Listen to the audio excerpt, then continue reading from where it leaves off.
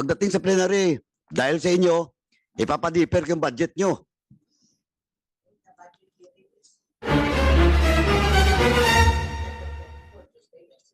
Tuesday next week daw, sabi ni Gov. Papadiper ko budget nyo pag hindi nyo nasabit. Tingnan natin. Ayun yung gustong language na gusto nyo. O, di sige. Nag-commit kayo August 20. Tapos ngayon, under review. Tapos, yung PGC, binigyan nyo ng 5 days. Ito, kanina may bagyo pa kayo. Hindi naman araw-araw bumabagyo, hindi buwan-buwan bumabagyo. Di ba? One of your reasons that was stated by your senior officer? Dahil sa bagyo? Please take your seat. Please proceed. Kasi isang taon na tayo dito sa COA fraud audit na yan. Please proceed. Okay, as to the delay, it's a combination of different circumstances. It's not just that the PGC is in delay. We also confirmed with other government agencies such as the Land Bank, the NTA, the DBM, the Bureau of Treasury, the COMELEC, and NTA po. Attorney, pag tinanong kita, attorney, baka magka-problema kapag pinasabit ko when all those documents was submitted to your office, duly received. Yes, Chair. You mentioned a lot of agencies. Please submit to this committee. All those documents being required to you by those agencies you mentioned. Receive copy, ha? Huwag na tayo dito. Can you submit that?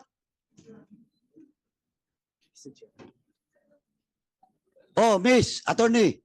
Yes, Your Honor, we have the excerpt of documents and You can submit it? I will seek the permission of our team supervisor.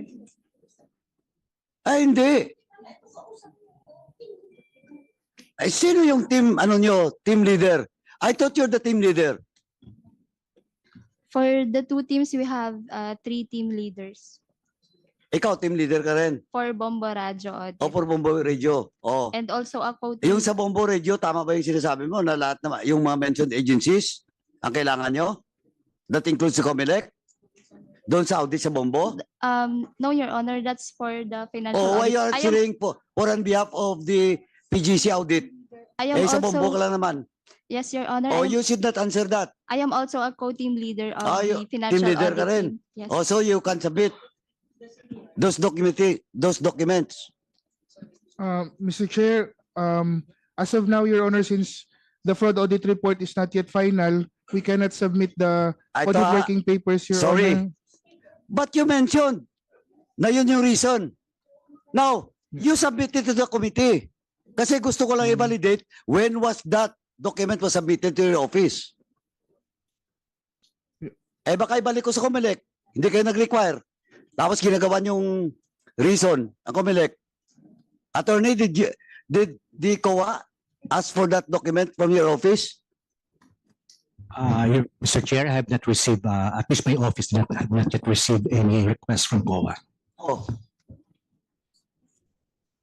Saan kayo nag-request ng Saan kayo nag-request? Attorney. We have requested Attorney, from the. Sorry? We have requested from the Commission Secretariat. Your Honor, we can provide the dates when we requested the documents. Because the audit is still ongoing, we cannot provide the documents that they have submitted. But we can provide the dates when these documents were submitted. Madam, sandali po. Kasi kung dates lang, wala rin yan. You provide us kahit yung cover letter lang. In your request and the reply of the Cover agencies. Yes, Your Honor. Ulitin natin anong mga agencies para isa-isa. Anong mga agency? The DBM, the Bureau of Treasury, COMELEC, National Tobacco Administration, the Bureau of Treasury, the Land Bank of the Philippines. Land Bank nandito, Land Bank. Land Bank. When was the time that you received a request letter coming from the COA?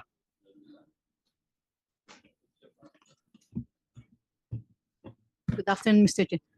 Sir, I'm sorry, the present manager of Land Bank Capital Branch is not around. I'm a Oh, why retired. is not around?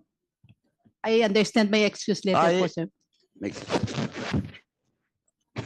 Comsec, to please po check ako. the excuse letter of the branch manager of Land Bank.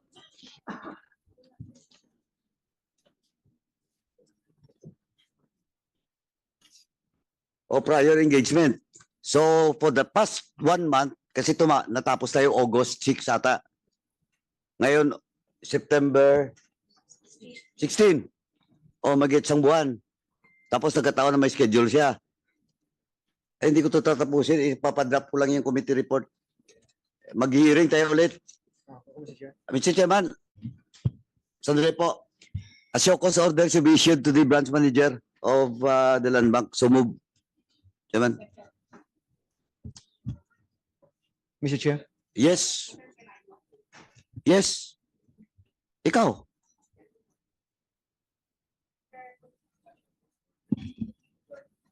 Per information from the tellers and the sample letter received in August 27, 2024, we already forwarded our reply to COA. Doon sa letter nila. August 2024? August 27. 2024, bago lang? Yes, sir, bago lang yata yung letter din nila sa amin. Ito po yung reply namin. Sandali, ano yan, letter?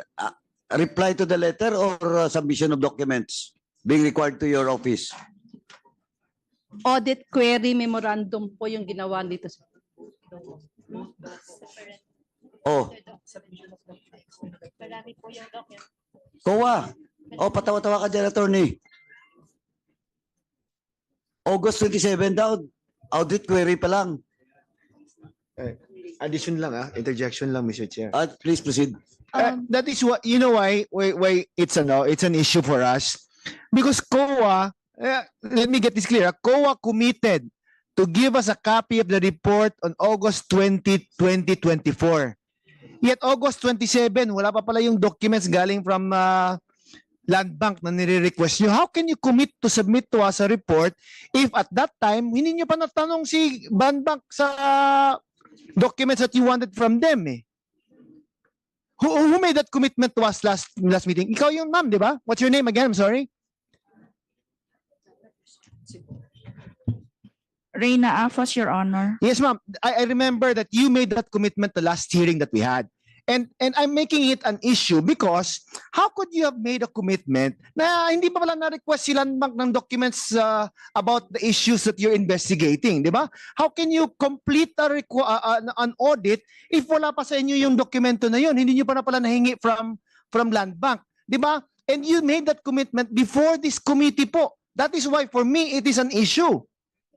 How could you make a commitment na ganun na wala pa pala, hindi pa pala gumagalaw yung investigasyon ninyo? Ano? Thank you, Chairman. Anyway, before we proceed, let me acknowledge the presence of the guest of DSG Sofonias Gabonata Jr., si Sir Punyong from the UP NCPAG. Nandito po sila, nag-observe. Welcome to the Committee on Public Accounts. Good afternoon po. Please be seated. Mr. Chair, Yes, Chairman Akop. what? Tama po ba yung observation ni Chairman Flores? Mr. Chair, first, we would like to make a correction. Hindi, The sagutin mo muna ako. yes. Hindi ko naman hinihingi yung correction mo, iho eh. Ang tanong ko, tama ba yung observation ni Chairman Flores? yes, Tama ba? yes, Your Honor, we accept that. Yes or no? Yes, Your Honor. Yes. Alam mo, I have a conclusion already that COA is causing deliberately undue delay insofar as your report is concerned. And when you commit undue delay, you are committing disrespect towards this committee. Di ba? Kasi niloloko nyo na po kami eh. Kung tama yung observation ni Honorable or Chairman Flores. Di ba? There's a deliberate delay on your part already for reasons we do not know. Kasi hindi nyo nga ma-explain eh. Tama? Yes, Your Honor. Ha? Yes, Your Honor. Yes, tama. Mm. There's a deliberate delay Mm. insofar as the submission of your audit report is concerned. Your Honor, the SAT was not consciously deliberate, Your Honor, because maybe, Lapit yung mikropono. Your Honor, the SAT did not deliberately make cause the delay, Your Honor. Maybe due to the confluence of events, Your Honor, and submission of documents. That's why we would like to make a correction, Your Honor, that the resource person from Land Bank may be pertaining to a different document because the SAT did not submit an audit query, Your Honor. Maybe she is referring to a different audit because according to our records, that was not the date of submission, Your Honor. Oh, when was that? May, Kung mali, kailan? September tayo. Nagsimula. Isang taon na. Oh. Land Bank pa lang tinatanong natin na agency, hindi niya masagot-sagot. Oh. When was that? The last transmittal from Land Bank was August 19, 2024. Oh. The August 19, 2024, you committed to us August 20. Sige nga, kung hindi tayo naglulukuhan dito. Di ba? Ang commitment nyo is August 20 for Bombo Radio na audit. Tapos, August 19 yung date. O di naglulukuhan tayo dito. Yung last commitment nyo is August 20.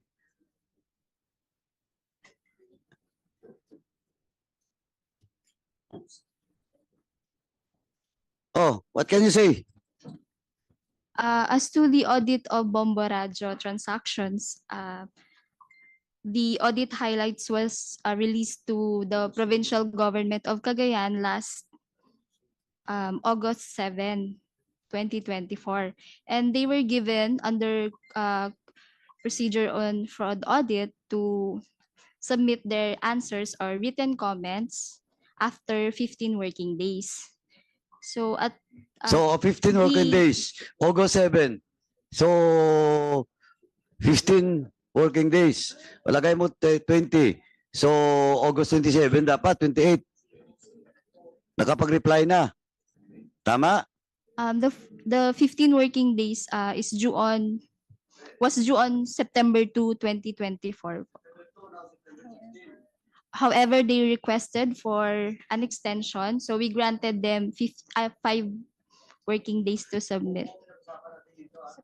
Yes, Chair. They requested for 15 working days extension to submit their written comments. 15 working days to we granted them only 5 days. September 9 from September 2.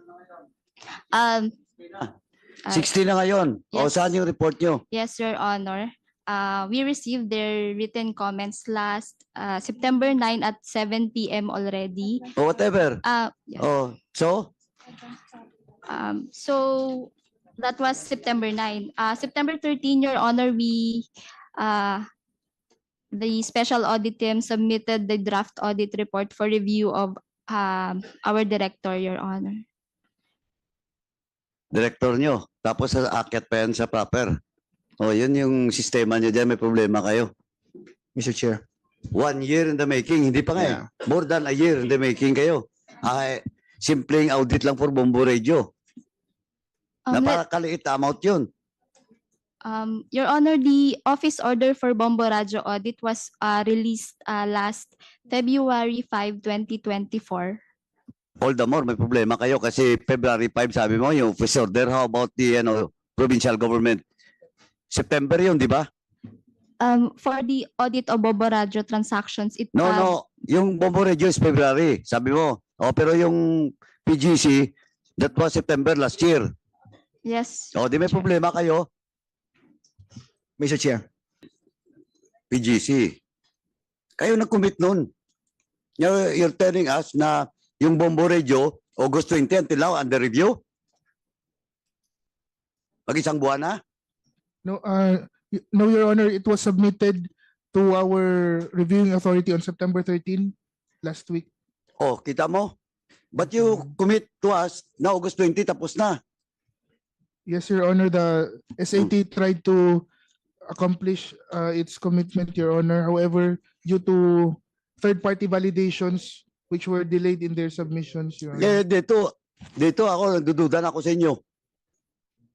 Kasi may get ng isang taon na to. Oh, di ba sabi nyo na nakaan, may review kayo at saka amendments, possible amendments doon sa fraud audit guidelines? Yes, Your Honor. Oh, hindi rin kayo nag-submit. Nag-submit ba kayo? Your Honor, it is still our director. Ay, nako. It's confidential, Your Honor. Ikaw Yes, Your Honor. nag-commit ka dito. Yes, Your Honor. May higit isang buwan. Hanggang ngayon wala pa. O ba't tayo na talaga mag-submit dito? Regarding the draft memorandum, Your Honor, it's still being reviewed by our That was Authority also to what you stated last hearing. Kaya nga pinapasubmit sa inyo kasi sabi mo under review. Ngayon under review pa rin? yes, Your Honor. Oh, anong yes, Your Honor? Right now, Your Honor, I don't, Under review pa rin. yes, Your Honor. O di, eto pasensyahan tayo dito.